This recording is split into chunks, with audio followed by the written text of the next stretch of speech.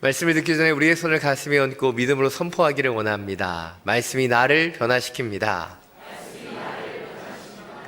아멘. 이 믿음의 선포와 같이 하나님 주시는 이 말씀이 우리의 영혼과 중심을 변화시키는 능력의 말씀이 되기를 간절히 축원합니다. 우리 그리스도인들을 크게 두 부류로 이렇게 나눌 수 있다고 합니다. 미니멀 크리스찬이 있는가 하면 맥시멈 크리스찬이 있다는 것이죠. 미니멈 크리스찬은 무엇일까요? 예수 그리스도를 믿고 구원을 받기는 했지만 늘 간들간들한 거예요. 주일날 예배를 나올 때도 갈까 말까 망설이고, 또 주일에 와서도 오늘 목사님 설교가 길면 어떡하지? 걱정하시는 분들이죠. 오늘도 길 겁니다. 너무 걱정하지 마세요. 왜일까요? 하나님을 믿기는 믿지만 하나님의 축복과 은혜를 경험한 것이 너무나 작기 때문에 미니멈으로만 믿고 있는 거예요. 근데 반대로 맥시멈 크리스천들이 있습니다. 늘 이들은 교회에서 살아요. 교회가 직장인 줄 알았어요. 근데 돈도 받지 않으면서 늘 교회에서 이런저런 일을 하면서 그들의 얼굴 가운데는 기쁨과 은혜가 충만합니다. 왜일까요? 그것은 성경에 기록된 은혜들을 직접 경험했고 성령 안에서 살아가고 있기 때문이에요. 그래서 이들은 맥시멈으로 살아갈 수 있는 것이죠. 우리가 올 한 해 동안 함께 살펴보았던 사도행전은 미니멈 크리스찬들의 이야기가 아닙니다. 맥시멈 크리스찬들의 이야기이죠. 그들이 써내려갔던 그 하나하나, 그들이 섬겼고 그들을 통해 이루어졌던 멈출 수 없는 하나님 나라에 대한 이야기가 사도행전입니다. 그리고 이들이 그렇게 할 수 있었던 것, 바로 그들이 경험했던 성령의 역사 때문이었다는 것이죠. 사도행전 1장 8절은 말합니다. 오직 성령이 너에게 임하시면 너희가 권능을 받고 예루살렘과 온 유대와 사마리아와 땅끝까지 이르러 내 증인이 되리라. 성령이 임하셨기 때문에 이들이 예루살렘과 온 유대와 사마리아와 땅끝까지 이르러 멈출 수 없는 그 하나님의 역사들을 만들어 갔던 거예요. 그렇습니다. 우리가 성령을 경험하게 되면 우리는 멈추지 못해요. 계속해서 그 뜻대로 나아가게 되는 것이죠. 저는 가끔 그런 생각을 해보게 됩니다. 조금 더 살살 믿었어야 됐는데, 그러면 목사까지 안 될 수 있었을 텐데. 근데 제가 이 자리에 서 있을 수 있는 이유는 무엇일까요? 성령을 경험했기 때문에. 그 성령님의 손에 이끌려서 지금 이 자리까지 서 있게 된 것이죠. 지금 여러분 가운데도 저는 그런 성령의 역사가 있게 되기를 원합니다. 그래서 미니멈 크리스찬이 아니라 맥시멈 크리스찬으로 살아갈 수 있게 되기를 간절히 축원합니다. 오늘 16절부터 23절 좀 길지만 다시 한번 함께 읽겠습니다. 우리가 로마에 도착했을 때 바울은 자신을 지키는 군인 한 명과 함께 따로 지낼 수 있도록 허락받았습니다. 3일이 지난 뒤 바울은 유대 사람 지도자들을 불렀습니다. 그들이 모이자 바울이 말했습니다. 내 형제들이여, 나는 내 동족이나 우리 조상들의 관습을 거스른 일을 한 적이 없는데도 예루살렘에서 체포돼 로마 사람들에게 넘겨졌습니다. 그들은 나를 신문했으나 사형받을 만한 죄가 없으므로 그냥 풀어주려고 했습니다. 그러나 유대 사람들의 반대로 나는 어쩔 수 없이 가이사께 상소하게 된 것입니다. 이것은 내 유대 동족을 고소할 생각으로 한 것이 아닙니다. 그렇기 때문에 내가 여러분을 만나 이야기하고자 한 것입니다. 내가 이 쇠사슬에 묶여 있는 것은 이스라엘의 소망 때문입니다. 유대 사람들이 바울에게 대답했습니다. 유대로부터 편지를 받은 적도 없고 그곳에서 온 형제들도 당신에 대해 나쁘게 보고하거나 말한 적이 없습니다. 그러나 우리는 당신의 생각을 듣고자 합니다. 이 종파에 대해서는 어디에서든 반대가 있음을 알기 때문입니다. 그들이 바울을 만날 날짜를 정하고 많은 사람들이 그의 숙소로 찾아왔습니다. 그는 아침부터 저녁까지 그들에게 하나님 나라에 대해 증언했고 모세의 율법과 예언자들로부터 예수에 관해 설득시키려고 했습니다. 아멘. 사도 바울은 여러 역경을 뚫고 이제 로마에 도착하게 됩니다. 그리고 오늘 보면 16절을 보면 그가 로마에 도착했을 때 바울은 자신을 지키는 군인 한 명과 함께 따로 지낼 수 있도록 허락을 받았다라고 말하고 있어요. 이것을 바울이 처음 로마에 도착했을 때 있었던 가택연금의 상태라고 판단합니다. 그는 제수의 신분으로 그곳에 왔지만 오히려 로마에 와서는 더 많은 자유를 얻게 된 거예요. 일반 집에서 그 한 명의 군인과 함께 지내면서 그는 많은 자유를 허락받은 것으로 보여진다는 것이죠. 그러나 그를 찾아올 수는 있지만 그가 나갈 수는 없었다는 것을 우리는 주목할 필요가 있습니다. 이렇게 그가 많은 자율권을 받을 수 있었던 그것은 그를 호송한 로마의 백부장 율리오가 선한 보고를 했기 때문일 수도 있을 거예요. 또한 이 모든 상소를 올린 베스토 총독이 그 사도 바울에 대해서 그가 죄가 없고 그가 이렇게 상소하는 이유가 종교적인 부분이라고 기록했기 때문이라고도 추측해 볼 수 있습니다. 그러나 이 모든 것이 가능할 수 있었던 가장 본질적인 이유가 무엇이겠습니까? 바로 하나님께서 바울을 로마에 보내신 이유가 바로 로마에서도 그가 복음을 전하기를 원하셨기 때문이죠. 그리고 그 하나님의 뜻대로 그는 그곳에 도착하고 3일밖에 되지 않았는데 그 지역의 유대 지도자들을 그에게 불러 만나고 있습니다. 그리고 그들에게 자신의 입장을 변호합니다. 자신은 한 번도 율법을 거스른 적이 없는데도 불구하고 예루살렘에서 고소를 당했고 체포가 되었으며 그리고 그 재판에서 죄가 없다는 것이 밝혀졌지만 계속해서 유대 지도자들이 반대함을 통해서 자신이 어쩔 수 없이 상고해 이곳 로마까지 오게 되었다라고 말하고 있다는 거예요. 그러면서 그는 말합니다. 자신이 이렇게 쇠사슬을 차게 된 것은 이스라엘의 소망 때문이다라고 말하고 있어요. 그럼 여기서 말하고 있는 이스라엘의 소망이란 무엇이겠습니까? 바로 메시아로 오신 예수 그리스도를 증거하는 일이 바로 이스라엘의 소망이었습니다. 바울이 다메섹 도상에서 예수 그리스도를 만난 이후에 그는 그 이후에 모든 것이 달라지죠. 이전엔 귀하게 여겼던 모든 것을 그는 배설물로 여기고 바로 예수 그리스도를 소망으로 삼아 그분을 증거하는 인생을 살아갔던 것을 우리는 너무나 잘 알고 있습니다. 그리고 바울이 이렇게 복음을 설명하자 지금 로마에 있는 유대 지도자들은 뭐라고 대답하고 있습니까? 그들의 대답은 놀라워요. 그들은 아직까지 이스라엘부터 어떤 소식도 듣지 못했다는 거예요. 그래서 어떤 선입견도 없이 바울의 생각을 들어보겠다라고 말하고 있다는 것이죠. 그리고 오늘 보면 23절을 보십시오.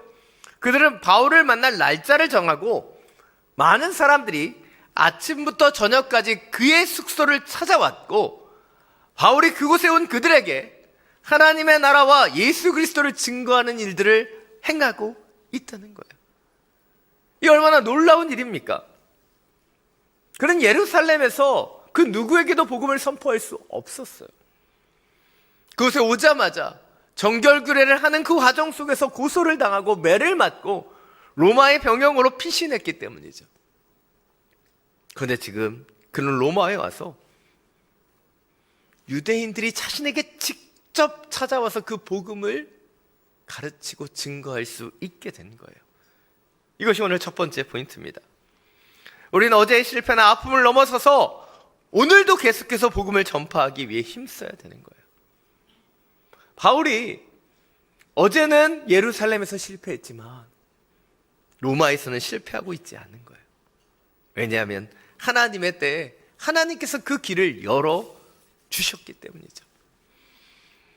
아마 오늘 본문에서 사도 바울도 깜짝 놀랐을 거예요. 왜냐하면 로마에 있는 유대인들이 자신에 대한 소문을 듣지 못했다고 했기 때문이에요. 여러분, 사도 바울을 죽이려고 했습니다. 2년 동안 그 가이사랴 총독 그 사령부에 갇혀 있음에도 불구하고 이 바울을 죽이려고 하는 그들의 그 노력과 수고는 계속됐어요. 그런데 어떻게 로마까지 그 소식이 전해지지 않았는가? 그것이 놀라운 거예요. 바로 거기에는 하나님의 섭리가 있을 것입니다. 하나님께 그것을 막으신 것이죠. 바울은 이전처럼 자유롭게 나아가 복음을 전할 수는 없었어요. 가택 구금 상태였기 때문이죠. 그런데 오히려 하나님은 로마로 가자 하나님이 그들을 바울에게 붙여주셨어요. 보내주셨습니다.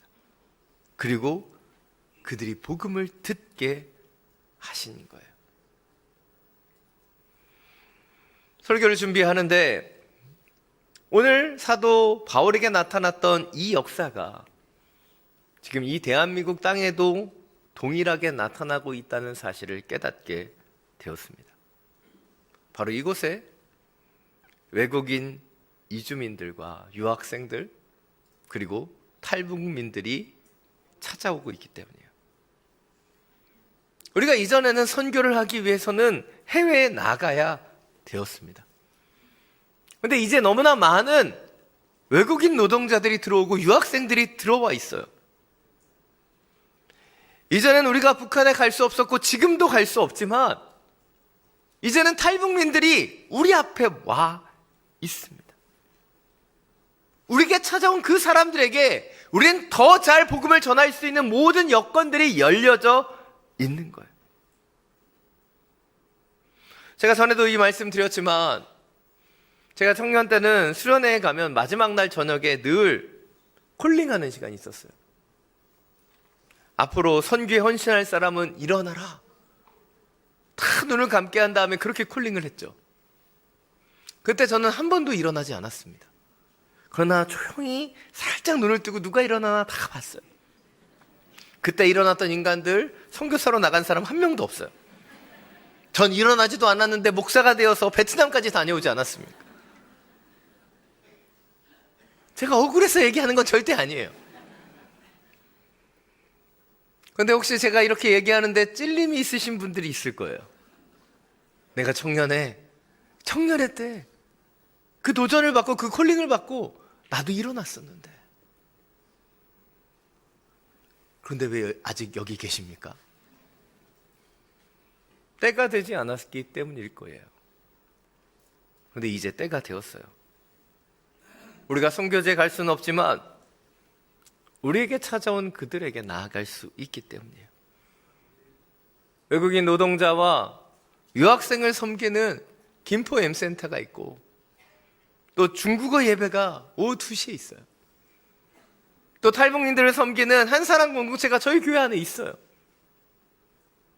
여러분이 그 콜링에 반응했는데 아직까지 순종하지 않았다면 여러분 순종할 수 있는 길들이 열려져 있습니다. 멀리 가는 것만이 선교가 아니죠. 오늘 바울이 그 가택에 갇혀 있었지만 그를 찾아오는 사람들을 섬겼던 것처럼 지금 우리에게 찾아오는 그 영혼들을 섬길 수 있는 저와 여러분이 되시기를 간절히 축원합니다. 여러분 24절부터 28절 말씀입니다. 다시 한번 함께 읽겠습니다. 어떤 사람들은 바울의 말을 믿었지만 믿지 않는 사람들도 있었습니다. 그들이 서로 의견이 엇갈린 채 떠나려 하자 바울이 한마디 덧붙였습니다. 성령께서 예언자 이사야를 통해 여러분의 조상들에게 하신 말씀이 옳습니다. 이 백성들에게 가서 말하라. 너희가 듣기는 들어도 깨닫지 못하고 너희가 보기는 보아도 알지 못할 것이다. 이 백성들의 마음이 무뎌지고 귀는 듣지 못하고 눈은 감겨 있다. 이는 그들의 눈으로 보고 귀로 들으며 마음으로 깨닫고 내게 돌아와 고침을 받지 못하게 하려는 것이다. 그러므로 여러분은 하나님의 구원이 이방 사람들에게 갔다는 것을 알아야 합니다. 그들은 듣게 될 것입니다. 이렇게 로마에 있는 많은 유대인들이 바울의 집에 찾아와서 이 복음을 들었어요. 근데 그 가운데는 그 말씀을 듣고 믿게 된 사람도 있었지만 믿지 못하는 사람들도 있었다는 것이죠. 이들이 돌아가면서 서로의 의견이 엇갈린 채 떠나가려고 하자 바울은 그들을 향하여 예언자 이사야의 말씀을 인용하여 말하고 있습니다. 이 백성들에게 가서 말하라. 너희가 듣기는 들어도 깨닫지 못하고 보기는 보아도 알지 못할 것이다. 그리고 덧붙여서 유대인들에게 굉장히 상처가 되는 말을 이어가죠. 그러므로 여러분은 하나님의 구원이 이방 사람들에게 갔다는 것을 알아야 합니다. 그들은 듣게 될 것입니다. 사실 이 부분만 보면 사도 바울이 왜 이방인의 사도인지를 정확히 알 수 있어요. 그러나 그에게 주신 사명이 이방인들에게 복음을 전하는 것이었지만 사도 바울은 그 민족인 유대인들에게 복음을 전하기 위한 시도를 한 번도 멈춘 적이 없어요. 사도행전을 잘 보십시오. 그가 그 지역에 가면 첫 번째 유대인 회당에 가서 먼저 복음을 전했다는 거예요. 그러기에 오늘 바울이 이렇게 이야기하는 이유는 안타까움이에요. 그는 이방인을 위하여 복음을 전하는 사명을 갖고 있었지만 그 누구보다도 민족을 사랑했고 유대인들이 복음을 받아들이고 돌아오기를 원했기 때문이에요.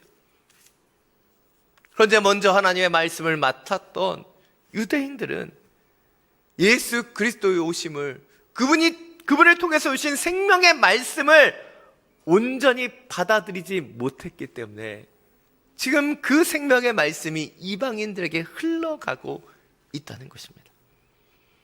그렇다면 여기서 우리는 한 가지를 생각해 보기를 원합니다. 왜 이방인들은 복음을 듣고 온전히 받아들였는데 왜 유대인들은 그 복음을 듣지 못하고 받아들이지 못했던 것일까요?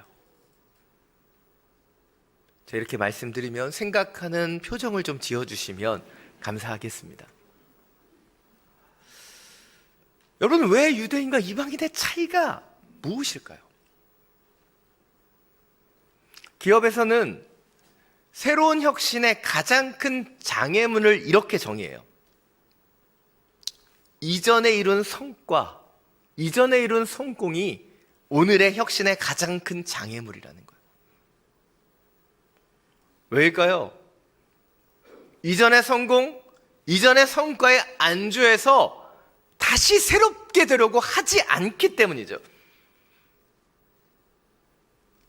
이 논리대로 하면 유대인들에게 있어서 이전의 성공, 이전의 성과는 무엇이었습니까? 율법이었어요. 그런데 예수님께서는 새 포도주로 오셨는데 유대인들은 새 포도주로 오신 예수 그리스도를 헌부되 율법의 형식으로 받아들이려고 했기 때문에 그들은 온전히 예수 그리스도를 받아들이지 못한 거예요. 그리고 그들 안에는 온전한 혁신이 나타나지 못한 것이죠. 그런데 반대로 이방인들에게는 율법이 없었어요. 이전에 이런 성공이 없었습니다. 그들은 연약했고 아팠으며 구원자를 만나지 못했어요. 그래서 주님의 복음을 들었을 때 그들은 온전히 그 마음을 열고 그 말씀을 받아들였던 거예요. 이것이 우리가 오늘 주목해 보기를 원하는 두 번째 포인트입니다. 우리는 이전의 성공과 교만이라는 험부대를 버리고 새 포도주로 오신 예수 그리스도를 온전히 담을 수 있는 새 부대가 되어야 되는 거예요.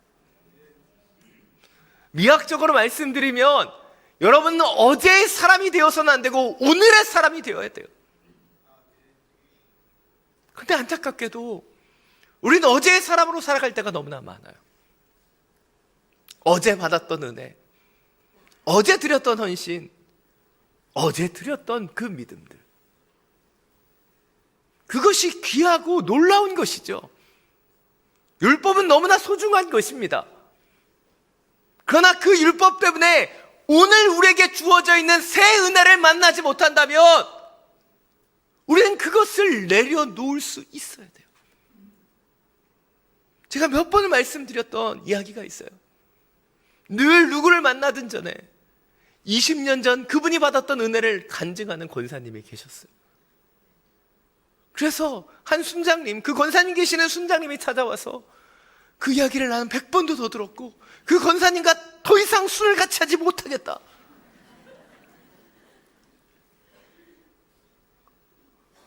저희 공동체 이야기는 아니었지만 그 이야기를 들었을 때 처음에는 그 순장님의 마음이 힘들겠다 느껴졌어요. 근데 조금 더 묵상해 보니까 그 권사님이 너무 안타까운 거예요. 왜 그분이 20년 전 이야기를 할까요? 오늘의 은혜가 없기 때문이에요. 오늘의 말씀을 붙잡지 못했기 때문이죠. 사랑 여러분, 여러분은 어떤 모습으로 살아가십니까? 어제의 은혜가 너무나 소중하죠. 그러나 오늘의 은혜를 위해서 우리는 그것들도 내려놓을 수 있어야 되는 거예요. 가끔 우리 그리스도인들의 믿음을 가지는 것을 세상의 사람들은 비합리적이다, 비이성적이다 라고 말합니다.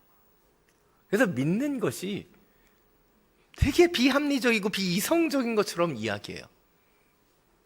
근데 과연 이 믿음이 비합리적이고 비이성적인 것일까요?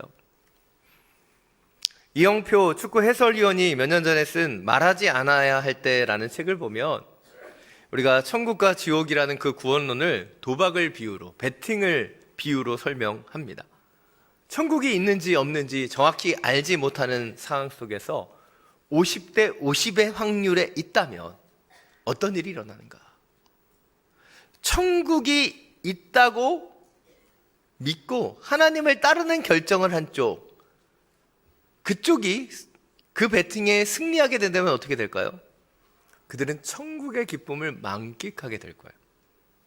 근데 이들이 실패한다고 해도 어떻게 됩니까? 천국도 지옥도 없기 때문에 그냥 무승부가 나는 거예요.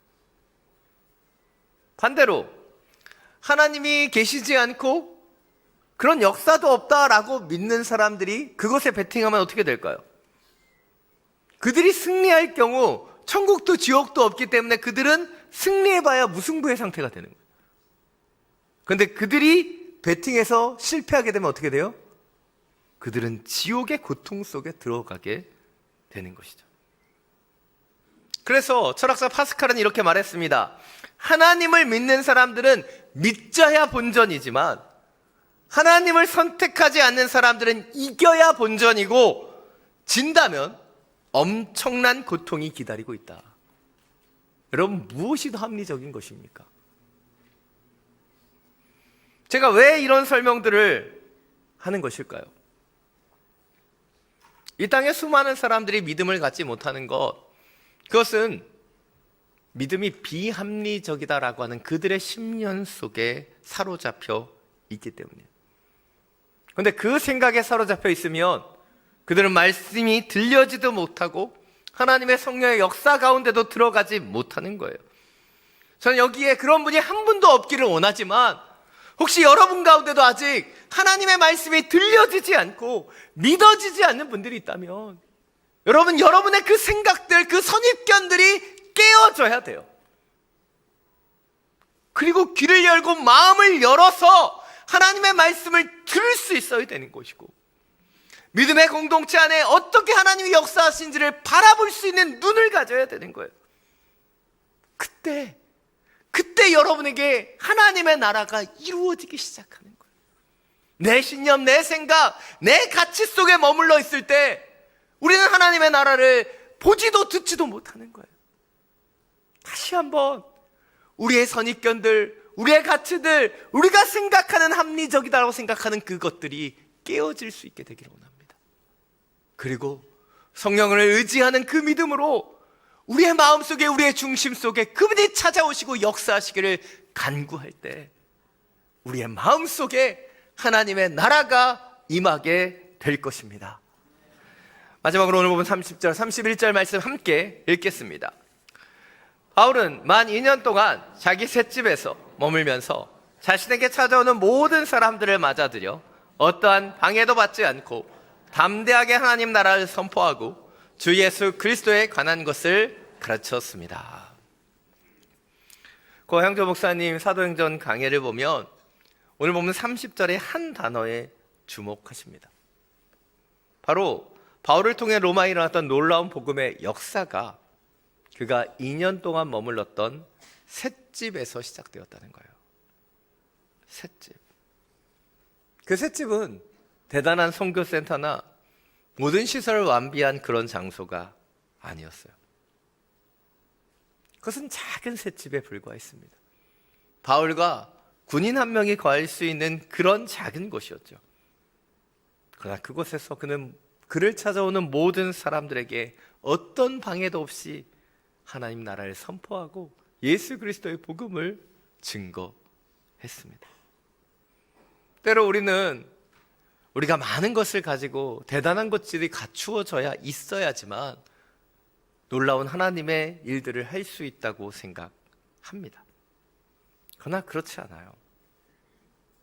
하나님의 역사는 오직 성령의 역사, 성령을 경험한 사람들을 통해 나타난 역사였기 때문이죠. 중요한 것은 얼마나 좋은 시설이 있고 얼마나 많은 재정이 있느냐가 아니라 한 사람 한 사람이 얼마나 성령으로 충만한가, 그것이 더 중요한 거예요. 셋집이 커봐야 얼마나 컸겠습니까? 그러나 그 셋집에는 바울이 있었고, 그 셋집에는 예수님이 계셨고, 그 셋집에는 성령님이 거하고 계셨기 때문에 로마를 뒤집어 엎는 그런 하나님의 역사가 그곳에 나타나게 된 것이라는 거예요. 이것이 오늘 마지막 세 번째 포인트입니다. 우리는 작은 셋집에서 복음의 역사를 이어갔던 바울처럼 우리의 연약한 상황, 환경을 뛰어넘는 성령의 역사를 통해 이 땅에 복음을 전하는 맥시멈 크리스찬이 되어야 되는 거예요. 2주 전 복음과 도시를 위한 비전 헌금을 했습니다. 그리고 비전 헌금을 위해서 복음과 도시에 대한 영상도 함께 보았어요. 근데 그 영상을 보면 이제 오래된 기존 교회들은 기존의 틀에 매여서 할 수 없는 그 일들을 도시에 세워지는 새로운 개척 교회들이 하고 있다라고 하는 것을 이야기하는 것을 느낄 수 있었습니다. 그중에 여러분은 기억하실지 모르겠지만 한 개척교회 성도님이 자신의 교회를 이렇게 얘기하셨어요. 우리 교회는 문화예술팀, 맘스터치, 아빠들 세차 선교회 등을 통해서 내부적인 교제가 활발하게 이루어지고 있다. 그런데 아빠들의 세차 선교회라는 그 단어가 제 머릿속에 뇌리를 탁 쳤어요. 어떻게 활동하는지 어떤 모습인지 잘 알지 못해요. 그러나 그 이야기만 들었을 때 이 세차라는 매개체를 통해서 남자들이 함께 모이고 믿음이 없는 연약한 자들을 초대할 수 있는 좋은 장이 될 수 있다는 생각이 들었기 때문이죠. 그리고 그 세차 선교의 한마디에 제가 회개했어요. 왜냐하면 우리 교회 바로 옆에 이 셀프 세차장인데 왜 난 저런 생각을 못했을까? 왜 저런 고민을 못했을까? 그리고 작지만 도시에 세워진 이 개척교회 목사님이 성도들을 온전히 인도하기 위해서 얼마나 많이 고심하고 얼마나 많은 수고를 했는가를 느낄 수 있었어요. 여러분, 기독교의 역사는 결코 크고 대단한 역사가 아니에요. 기독교는 처음부터 메이저가 아니라 마이너였습니다. 그러나 그 한 사람 한 사람 마이너처럼 보이는 그 사람들이 성령의 역사를 입고 그들이 하나님의 그 성령에 충만하여 맥시멈 크리스찬으로 살아갔던 것이 이 사도행전에 기록되어 있는 것이죠. 오늘 하나님은 사도 바울을 로마에 보내셔서 작은 셋집에 가둬두신 것처럼 보여요. 그러나 그 작은 셋집이 놀라운 선교센터가 되었고 늘 영혼들을 찾아갔던 사도 바울이 영혼을 맞이하며 그들에게 증거했고 그곳을 많은 사람들의 영혼을 바꾸는 하나님의 초소로 바꿨던 거예요. 저는 우리 가운데도 그런 역사가 이루어지기를 원합니다.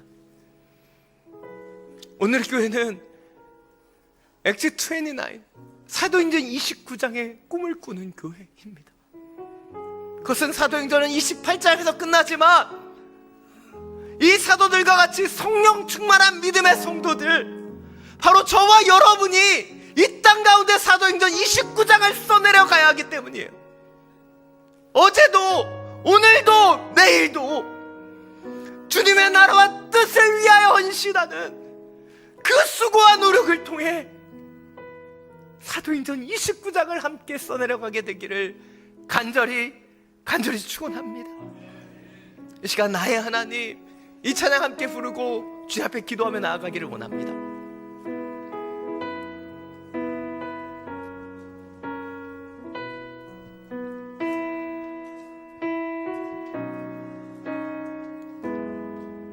나의 사랑, 너는 어여쁘고 참 귀하다. 어느 보석보다 귀하다. 내가 사랑스럽지 않을 때 너를 온전히 사랑하고 너와 함께하려 내가 왔노라.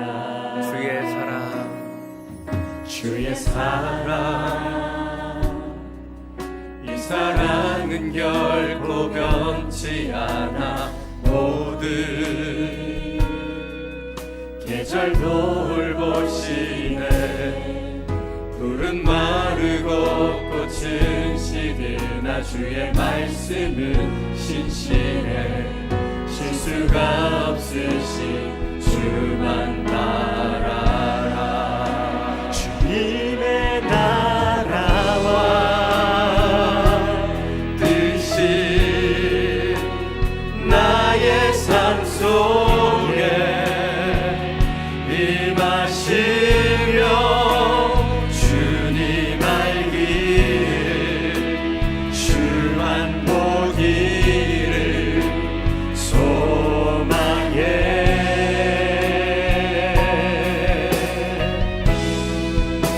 거룩히 살아갈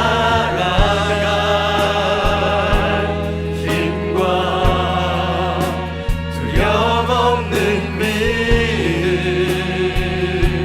주신 나의 하나님, 완전한 사랑 찬양해. 주님의 나라와 뜻이, 주님의 나라와 뜻이 나의 삶 속에 임하시며 주님 알기를 주만 보기를 소망해.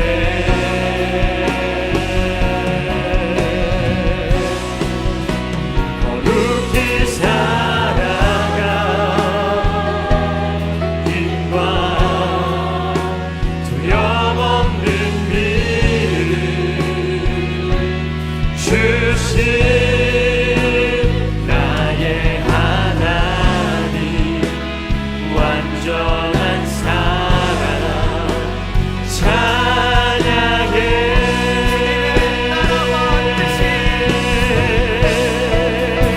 주님의 나라와 뜻이 나의 삶 속에 임하시며 주님 알기를 주만 보기를 소망해.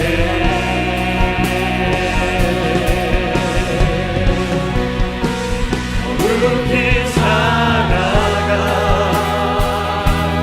힘과 두려움 없는 믿음 주신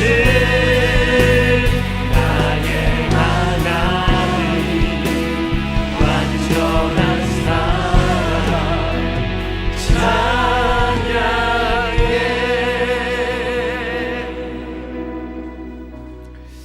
이 시간 함께 기도하며 나아가기를 원합니다. 우리는 자꾸 부족하며 힘이 없을 수도 있어요. 그러나 성령님이 임하시면 그 뜻대로 지어지고 나아가는 것이 우리를 향한 하나님의 뜻이 아니겠습니까? 내가 지난 과거에 많은 헌신과 노력을 했기 때문에 지금은 아무것도 하지 않아도 되는 것은 결코 아니지요. 주님, 우리 가운데 오늘 이 자리에 주님의 성령으로 우리 가운데 역사하셔서 우리가 나아가는 그의 삶의 자리에서 그리스도의 담대한 증인이 되기를 원하시는 거예요. 우리 가운데 그 성령을 보내어 주셔서 우리가 사도행전 29장을 써내어 가기를 원하시는 것입니다. 이 시간 간구하며 기도할 때 성령님, 우리 가운데 임하여 주십시오. 관건적으로 우리 가운데 역사하여 주셔서 주님, 우리가 나아갈 곳으로 나아갈 수 있는 믿음 위에 믿음이 더해지게 하여 주시옵소서. 주님의 이름 한번 부르고 함께 통성으로 기도하며 나아갑니다. 주여, 주님의 나라와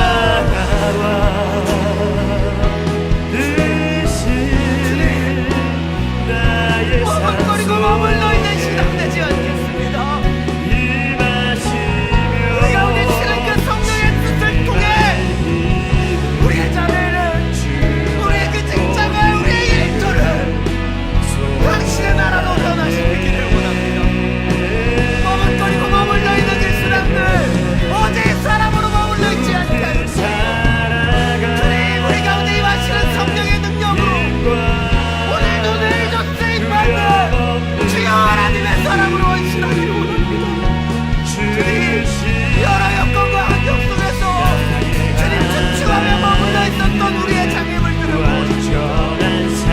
그것이 어제의 헌신, 어제의 은혜, 어제의 역사들을 가졌습니까? 주님, 우리가 오늘의 사람이 될 수 있도록 성령으로 우리 가운데 부어주옵소서. 성령의 뜻대로 헌신하며 나아갈 수 있도록 우리 가운데 임하시고 역사하셔서 당신이 우리를 통해 이루고자 하는 것을 이루기를 원합니다. 주님, 당신의 뜻을 위하여 당신의 그 마음을 가지고 나아가기를 원합니다. 주여, 우리의 자녀를 주여 명하시켜 주십시오. 성령의 능력으로 나아가는 하나님의 사람들을 당신의 권능으로 부어주셔서 이들의 길이 당신의 영광으로 비추어지게 하여 주시고 당신의 나라를, 당신의 은혜들을 더 깊이 온전히 흘러보내는 하나님의 온전한 사명을 감당하는 하나님의 자녀들 되게 하여 주옵소서. 주님, 우리의 약함을, 우리의 부족함을 당신의 온전함으로 채우옵소서. 당신의 놀라운 권능을 부어주셔서 사도행전 29장의 그 역사들을 만들어갈 수 있고 주여 주장하여 주옵소서. 주의 권능과 역사를 당신의 영혼들에게 맡겨요.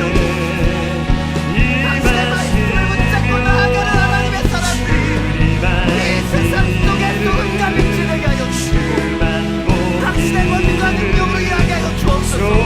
주님, 우리가 당신의 성령으로